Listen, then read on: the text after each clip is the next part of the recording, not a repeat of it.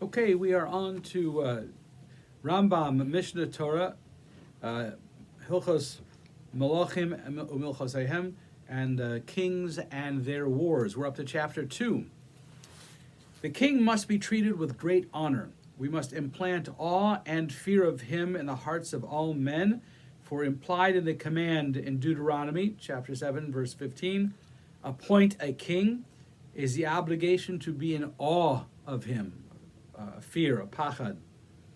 We may not ride on his horse, nor sit on his throne, use his scepter, wear his crown, or use any of his utensils. And when he dies, they should all be burned before his funeral pyre.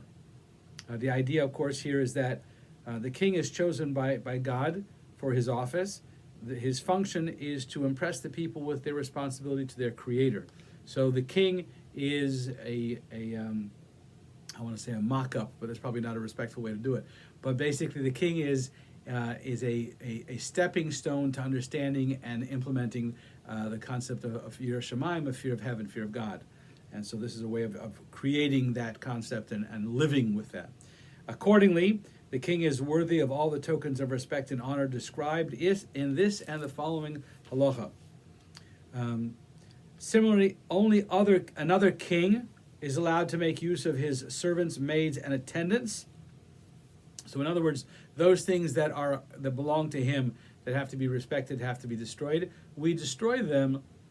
Typically, we don't destroy things. We make use of them. But the actual destruction of his things is not just destroying; it's actually creating. It's creating an awe of the grandeur of the king, so that a king's things are not used by anyone else. Is creating, not destroying, but rather creating a greater level of grandeur for the role of the seat of the king. And similarly, obviously, his servants, maids, and attendants, those are not to be used by anyone else either. We don't destroy them, but they are then used for another king, not by any common people. And of course, we'll talk about spouse of the king in just a second. But Avigash was permitted to King Solomon, but prohibited to Adoniyahu.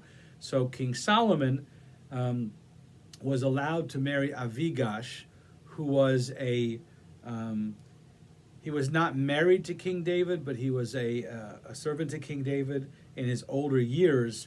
And usually you can't marry a king's widow. David had married her, but not had relations with her, so it wasn't really a marriage, and therefore she was able to marry King Solomon, but not Adoniyahu, who was not the king. He was another one of David's sons, but not the level of king. So King Solomon was able to marry her because she couldn't go to someone else, but she could go to the next king. But she wasn't married to David, they hadn't had relations, and therefore he was able to actually marry her properly, which is important for her because obviously it could be a very lonely life otherwise with not being able to marry anyone else. Halacha number 2. However, a king's wife is forbidden to share intimacy with another person forever. Even another king may not marry a king's widow or divorced ex-wife. But again, in the case of Avigash, she had actually had intimacy with David HaMelech, so therefore King Solomon was allowed to marry her.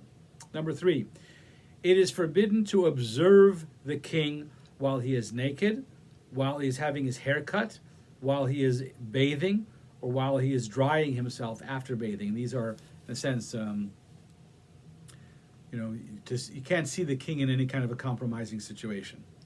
The king may not perform chalitza, which is when when a brother passes away without any children. So there's a concept of yivum, of marrying and raising up children in your brother's stead. There's a mitzvah of that. Chalitza is if you choose not to marry your brother's widow without any children, and so we'll talk about this in just a second. He can't marry her, if a chalitza is when the widow who whose brother is not going to marry her, there's a ceremony by which they separate and she's allowed to marry someone else. Part of which is she spits before him, not on him, but she spits before the brother who refuses to marry her and raise up children in his brother's stead. The chalitza is not allowed to be performed by a king, even if he would want to marry his brother's widow, because it's inappropriate to the king. That action, it's disrespectful. It's meant to be disrespectful to the brother who refuses to raise up his children for his brother, but a king is not allowed to. So therefore, she can't marry him. He can't. She has to do chalitza, but she's not allowed to do chalitza because he can't spit up before the king. Even if the king desired to perform this mitzvah, he is not given the opportunity because a king's honor must be preserved, even though he's willing to forego it. In other words, there are many positions of great honor, including, for example, a Kohen Gadol or a Nasi, a prince of Israel, or a Shofet, a judge. They have to be people who are greatly honored.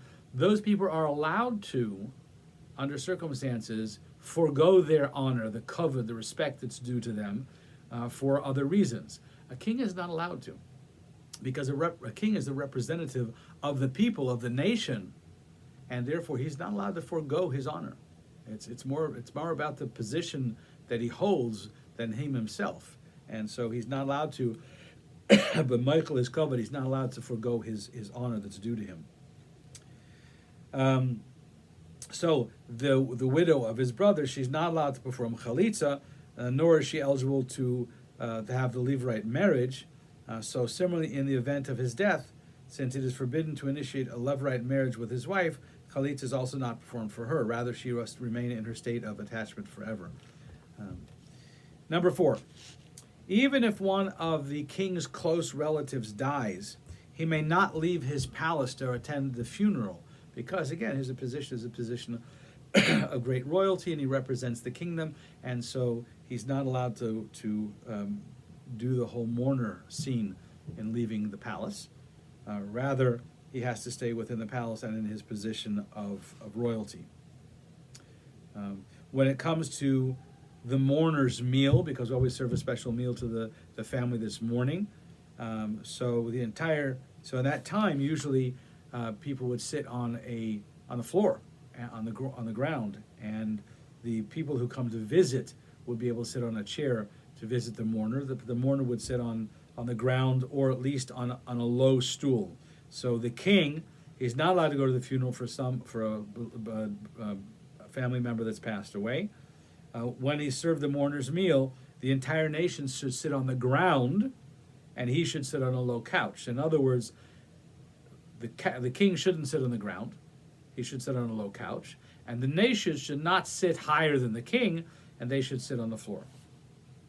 And so this all again comes back to the idea of the respect that's due to the king because of his position, the chair, the throne itself. If the king enters the temple courtyard, and if the king is of a Davidic dynasty, and so in a temple courtyard, the king of Davidic dynasty, he may sit. For the only ones who may sit in the temple courtyard are the kings of the Davidic dynasty, as it says in the book of Samuel, and David sat before God. So there are times when people come to the temple courtyard, you're not allowed to sit down anywhere in the courtyard. But the king of Davidic dynasty, he is allowed to sit, because again, it goes back to the honor that's due to the king, and the king of Israel is that representative that guides us into how to have a great respect for the king of all kings, God himself. Number 5, a king should have his hair cut every day. He should dress and adorn himself in an attractive and impressive garments. As it says in Isaiah, your eyes shall behold the king in his beauty. So again, this all comes back to the position of the king. The throne itself. The throne itself requires that it be an awe-inspiring, and so therefore the king is not allowed to forego his own honor nor his own beauty. He has to dress in the garments and things that are befitting of the king, and arouse this awe of the king in the people. The king sits on his throne in his palace, and he places the crown on his own head. when he desires, the nation must present themselves before him. The nation must present themselves before him. They should stand before him. They should prostrate themselves to the ground in his honor. Even a prophet of God, must stand before the king and prostrate himself to the ground. As we see in the book of Kings, the book of prophecy called the book of Kings, behold, Nathan, the prophet, came before the king and prostrated himself before the king. So even a prophet of God, who's a proven prophet of God, has to bow and prostrate himself before the king of Israel. What about the Kohen Gadol, the high priest? That is awfully high position of authority and everything as well. The high priest need not come before the king unless the Kohen Gadol desires to do so. So the high priest need not stand before the king. Rather, the king stands before the Kohen Gadol, the high priest. As it says in the book of Numbers, he shall stand before Elazar HaKohen.